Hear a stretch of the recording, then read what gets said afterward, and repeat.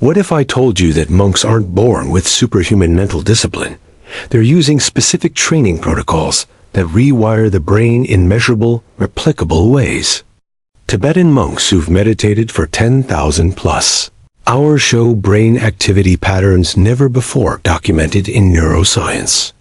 Their gamma wave oscillations, associated with peak focus and compassion reach amplitudes science thought impossible.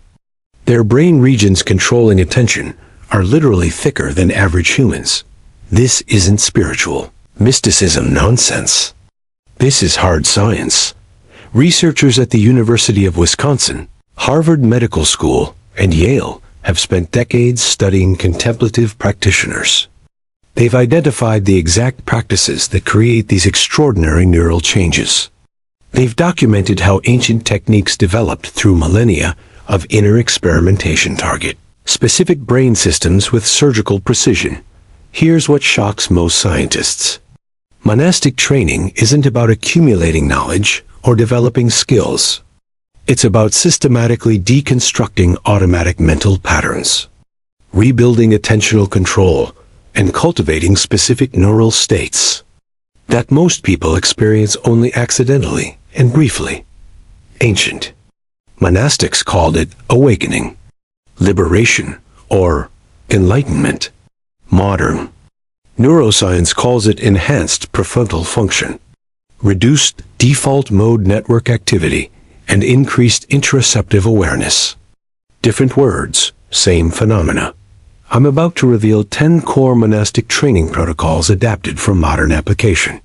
Each technique targets a specific aspect of mental development that contemplative traditions perfected over centuries.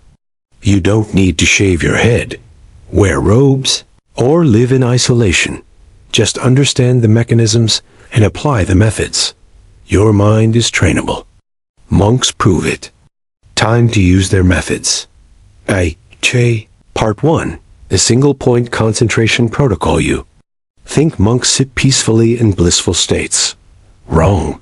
They're performing the mental equivalent of ultramarathons, holding attention on a single object for hours while their mind desperately tries to wander. Neuroscientist Richard Davidson's research shows that monks' sustained attention practice creates physical changes in their anterior cingulate cortex, brain region responsible for conflict monitoring and attention control. This is technique number 1 out of 10. The single point concentration protocol. Choose one object, your breath, a candle flame, or a specific sound. Set a timer for 5 minutes. Place your complete attention on this object and nothing else. Each time your mind wanders, gently return focus. Count each distraction. Practice twice daily. Increase duration by 1 minute weekly until reaching 20 minutes per session. Continue for 90 consecutive days. Sustained single-point focus strengthens your brain's executive attention network. Each act of noticing distraction and redirecting attention is like a bicep curl for your prefrontal cortex. You're building the neural infrastructure for voluntary attention control. Elite performers across domains, athletes, surgeons, musicians, all show enhanced attentional control that looks remarkably similar to monks' brain patterns. Start training single-point attention systematically, and watch your ability to focus voluntarily expand through progressive neural strengthening. Part 2. The meta-awareness cultivation method. Most people are lost in thought without knowing they're thinking. Monks develop a secondary awareness that watches their own mental activity consciousness, observing itself. Neuroscience research reveals that meta-awareness activates specific brain regions distinct from the thoughts themselves. You're developing a monitoring system that operates parallel to your thinking process. This is technique number 2 out of 10. The meta-awareness cultivation method. Throughout your day, set random phone alarms, minimum 8 times daily. When the alarm sounds, immediately pause and mentally note, right now, I am thinking about, or right now, I am feeling.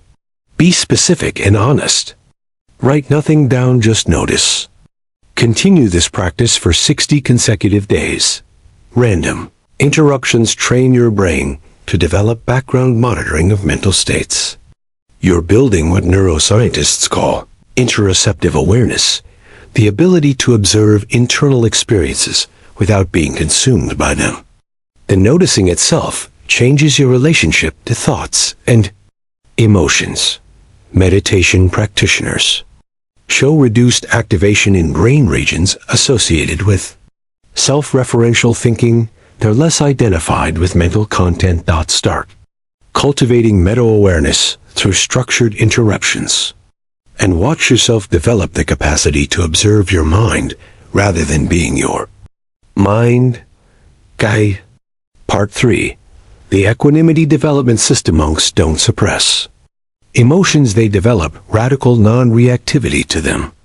Pleasant or painful, they observe sensations without grasping or resisting. Research by neuroscientist Judson Brewer shows that experienced meditators demonstrate reduced activation in the posterior cingulate cortex, the brain's me-center that generates craving and aversion. They literally experience less compulsive reactivity. This is technique number 3 out of 10. The equanimity development system. During any unpleasant experience, physical discomfort, emotional distress, mental frustration, consciously label it as sensation or experience, rather than personalizing it as my pain or my suffering. Practice for exactly 60 seconds. Simply observe the experience without trying to change it or create a story about it. Do this with every uncomfortable experience for 45 consecutive days. Depersonalizing experiences reduces the brain's tendency to generate narrative elaboration and emotional amplification. You're training your nervous system to experience discomfort without triggering the full cascade of resistance that intensifies suffering. The physical sensation remains. The suffering about the sensation diminishes. Pain is mandatory. Suffering is optional. Monks demonstrate this neurologically through systematic equanimity training. Start observing sensations as impersonal phenomena, and watch your emotional reactivity decrease as your brain learns non-identification patterns. Part 4. The voluntary simplicity practice. Monastic life involves radical simplicity, few possessions, minimal choices, stripped-down environments. This isn't asceticism for spiritual purity. It's strategic reduction of decision fatigue and attentional drain. Neuroscientist Roy Baumeister's research proves that decision-making depletes a limited mental resource. Monks preserve cognitive capacity by eliminating unnecessary choices, allowing focus on internal training. This is technique number 4 out of 10. A voluntary simplicity practice. For 30 consecutive days, implement total decision elimination in 3 life areas. Clothing, wear same outfit daily. Food, eat identical meals Monday, Friday. And media, consume 0 optional entertainment. Make these decisions once on day 1 and execute automatically without reconsidering. Document your mental energy levels weekly. Eliminating trivial decisions preserves your prefrontal cortex's executive function for meaningful cognitive tasks. You're creating what psychologists call decision automation, converting choices into routines, freeing mental bandwidth for what matters. Steve Jobs, Obama, and Zuckerberg adopted this monastic principle. Identical daily clothing eliminates decision overhead. Start automating your trivial decisions and watch mental clarity increase as cognitive resources redirect from maintenance to meaning. Part 5. The contemplative inquiry technique. Monks don't just sit quietly. They systematically investigate the nature of experience through structured self-inquiry. They're running experiments on consciousness itself. Cognitive.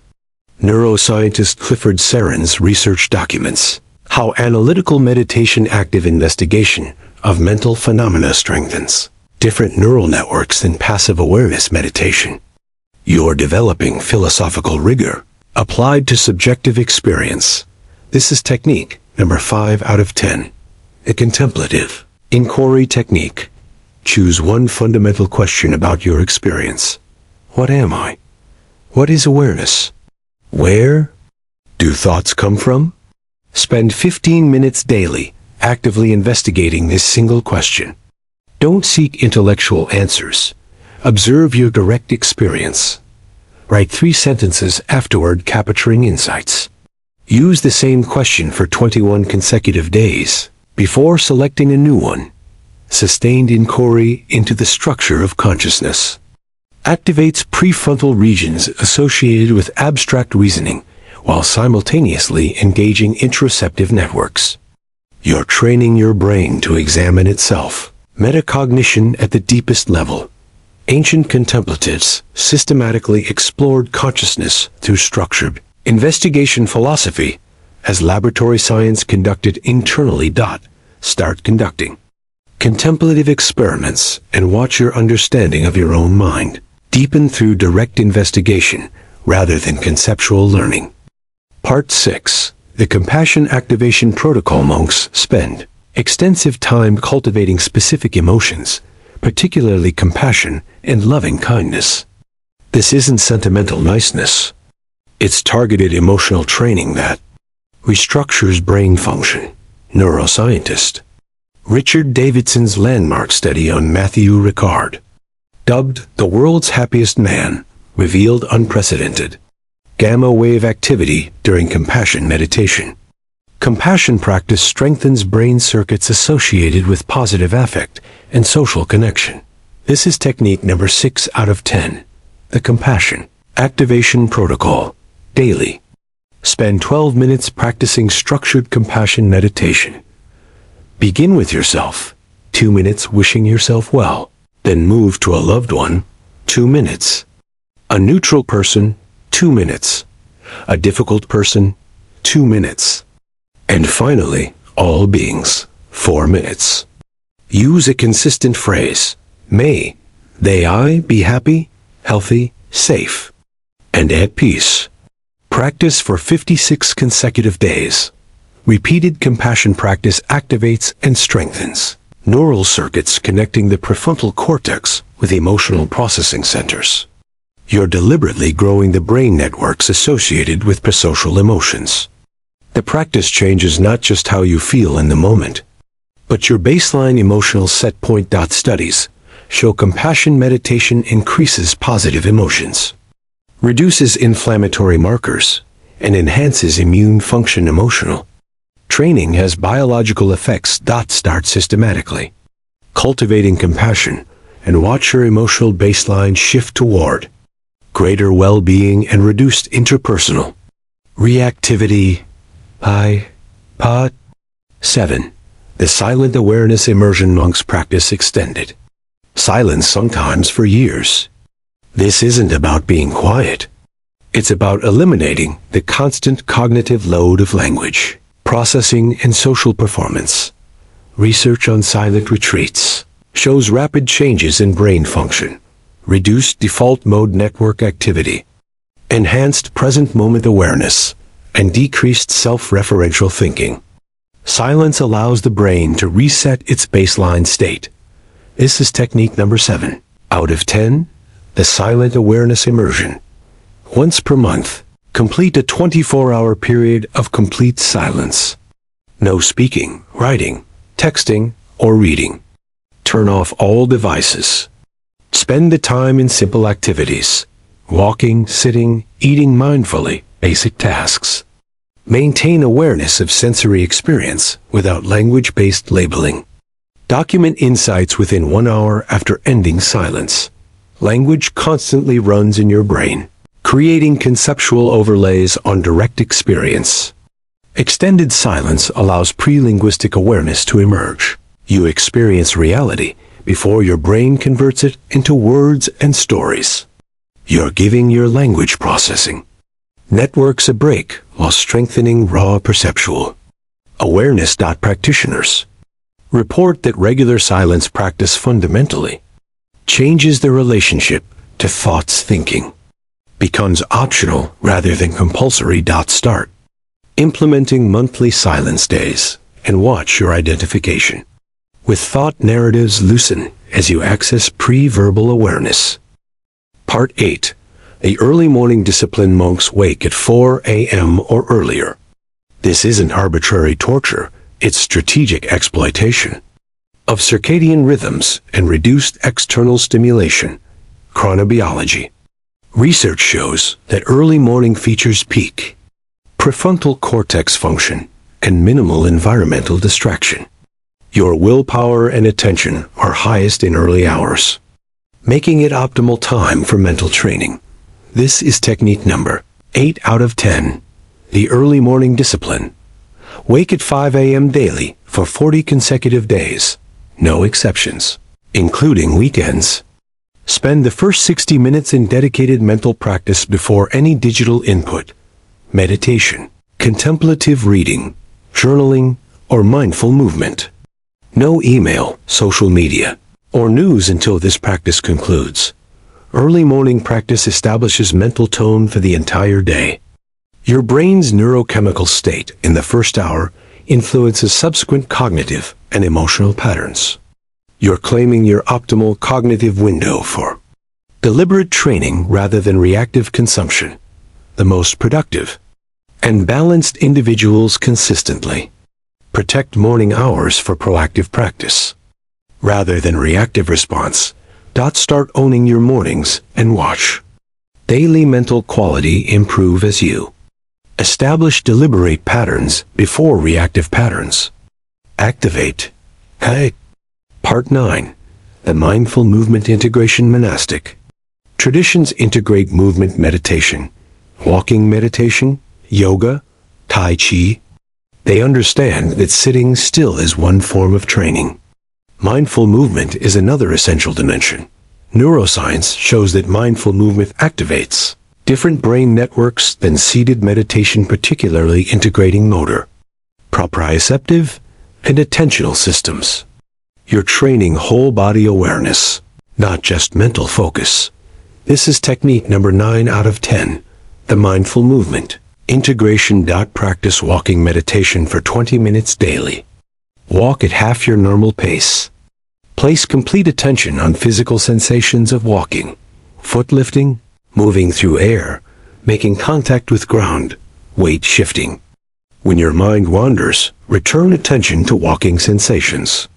Practice barefoot when possible. Continue for 70 consecutive days. Mindful movement trains your brain to maintain awareness during activity, not just stillness. You're building the capacity to remain present while your body moves through space. Integration of awareness and action. This transfers to all daily activities. Many practitioners report that walking meditation creates insights that seated meditation doesn't. Different modalities access different aspects of awareness. Start practicing mindful movement daily and watch your capacity for present moment awareness extend from stillness into action.